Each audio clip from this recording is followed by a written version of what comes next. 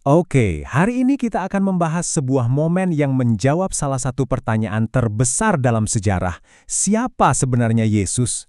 Kita akan kupas tuntas kisah transfigurasi, sebuah jawaban yang bisa dibilang datang langsung dari awan. Anda pasti pernah lihat stiker bumper yang kayak gini kan? Sebuah pernyataan yang simpel dan penuh percaya diri di belakang mobil. Ya, hari ini gampang banget buat kita menyatakan apa yang kita yakini. Tapi, coba deh kita mundur. Bayangin kalau kita hidup 2000 tahun yang lalu. Kira-kira di zaman Yesus hidup, apakah orang-orang punya kejelasan yang sama? Jawabannya, jauh dari itu. Ternyata, bahkan bagi orang-orang terdekatnya sekalipun, identitas Yesus itu adalah sebuah teka-teki besar yang penuh dengan kebingungan. Nah, sekarang mari kita coba selami kebingungan ini. Jadi masalah utamanya adalah identitas Yesus itu sendiri yang terus-terusan dipertanyakan. Dan yang mungkin bikin kaget, keraguan ini tuh bukan cuma datang dari orang banyak, tapi juga dari lingkaran terdekatnya. Jadi, apa aja sih teori yang beredar waktu itu? Macem-macem loh. Ada yang ngira dia itu sekedar guru yang baik dan bijaksana. Ada juga yang bisik-bisik, jangan-jangan dia itu Yohanes Pembaptis yang hidup lagi. Bahkan ada yang percaya dia itu Nabi Elia yang legendaris. Atau mungkin salah satu nabi besar lainnya. Intinya, nggak ada yang benar-benar sepakat. Buat para murid, kondisi ini tuh rasanya kayak lagi kejebak di dalam labirin. Coba bayangin, mereka jalan bareng Yesus setiap hari, lihat sendiri mujizat-mujizatnya, tapi mereka masih aja tersesat dalam ketidakpastian, terus mencari jalan keluar menuju kebenaran tentang siapa dia sebenarnya. Nah, di tengah labirin kebingungan inilah, mereka diajak melakukan sebuah perjalanan, sebuah pendakian ke puncak gunung yang ternyata akan memberikan jawaban yang pasti dan mengubah segalanya. Kalau kita lihat di catatan Injil Matius, Yesus ternyata nggak mengajak semua muridnya.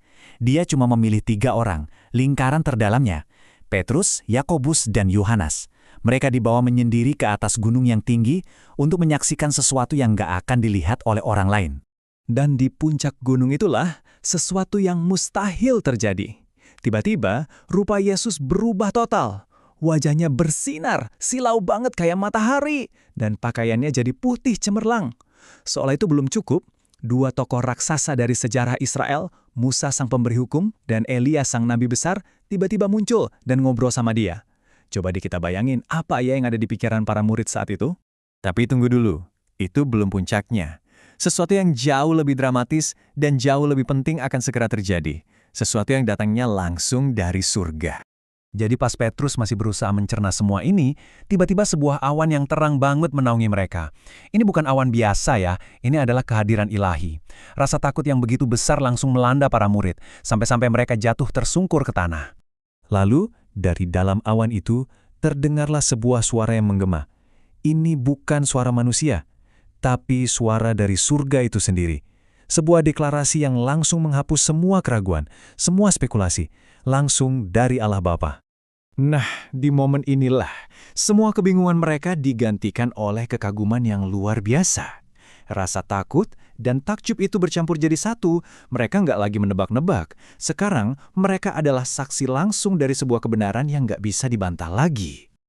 Oke, jadi apa sih dampak dari pengalaman yang luar biasa ini? Peristiwa di puncak gunung itu lebih dari sekedar mujizat. Itu adalah sebuah pelajaran abadi tentang apa artinya kepastian dan keyakinan. Dampaknya sangat langsung. Sejak momen itu, semua keraguan lenyap begitu saja. Bagi Petrus, Yakobus, dan Yohanes, gak ada lagi pertanyaan. Jawabannya sudah diberikan, Yesus adalah anak Allah. Titik. Pengalaman ini saking membekasnya, sampai bertahun-tahun kemudian, Petrus menuliskannya lagi. Ia menegaskan, kami adalah saksi mata. Mereka bukan cuma dengar cerita, mereka ada di sana. Mereka mendengarnya langsung dengan telinga mereka sendiri. Nah, itulah yang menjadi fondasi keyakinan mereka yang tak tergoyahkan. Disinilah kita bisa lihat perbedaannya. Sebelum naik gunung, yang ada cuma pertanyaan dan kebingungan. Banyak banget pendapat. Setelah turun dari gunung, yang ada cuma satu jawaban pasti dari sorga. Jadi, transformasi sejati itu nggak cuma terjadi pada rupa Yesus, tapi juga di dalam hati dan pikiran para muridnya. Jadi, sebagai penutup, mari kita coba renungkan ini. Gimana bisa sebuah peristiwa yang disaksikan oleh 3 orang di gunung terpencil 2000 tahun yang lalu telah menjadi salah satu pilar keyakinan bagi miliaran orang di seluruh dunia saat ini. Ini menunjukkan betapa kuatnya sebuah momen pewahyuan dalam membentuk sejarah dan iman manusia.